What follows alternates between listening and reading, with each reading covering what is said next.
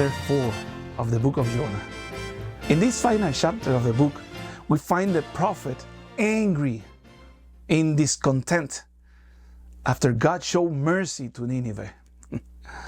Despite Jonah being sent by God to warn of the imminent judgment, God forgave the city when its inhabitants genuinely repented. This angered Jonah, who hoped to witness the destruction of Nineveh.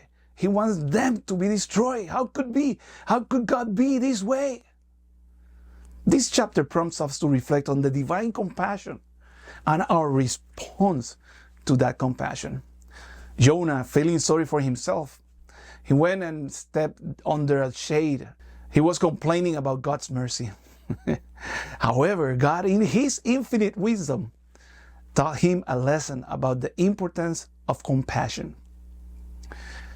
You know, sometimes in our lives, we often face situations where we would rather see divine justice than grace. We would be like Jonah, resentful when God shows mercy to those who we consider unworthy. But the truth is that we all need God's grace. Regardless of our shortcomings, we all need Him. That plant that God provided for Jonah symbolizes the divine provision amid our emotional struggles. Though Jonah did not deserve this shade, God granted it as a reminder of His constant goodness.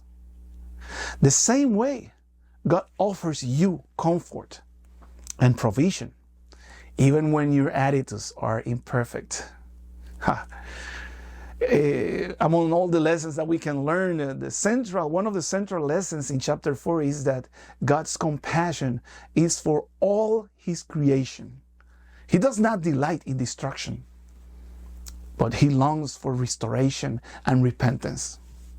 As followers of God, we must adopt the same perspective, seeking reconciliation rather than condemnation. I pray that this devotional could challenge you to examine your attitude towards divine grace. Are you willing to show compassion? Are you willing to show love, even to those who you deem unworthy? Let us remember that God's mercy knows no bounds, and His desire is for all to turn to Him. May we, like Jonah, learn to appreciate God's compassion and reflect it in our daily lives. May God continue blessing you.